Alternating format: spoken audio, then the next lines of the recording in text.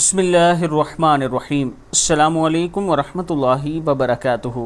عابد راجہ channel کی طرف سے آج میں اپنے دوستوں کو ایک بہت ہی پیارا عمل بتاؤں گا۔ آپ کو بھی اگر بہترین رزق چاہیے، حضرت ابو ہریرہ رضی اللہ تعالی عنہ فرماتے ہیں کہ رسول اللہ صلی اللہ علیہ وآلہ وسلم نے فرمایا، جو شخص صبح میں یہ دعا پڑھ لے تو اس دن بہترین رزق سے نوازا جائے گا اور برائی سے محفوظ رہے گا، اور جو شام کو پڑھ لے تو اس رات بہترین رزق سے نوازا جائے گا اور برائی سے محفوظ رہے گا۔ پڑھنا کیا ہے؟ ما شاء اللہ لا حول ولا قوت الا باللہ اشہد ان اللہ علی کل شیء قدیر۔ صدق اللہ العظیم۔ اللہ تعالی ہم سب کو اس پر عمل کرنے کی توفیق عطا فرمائے۔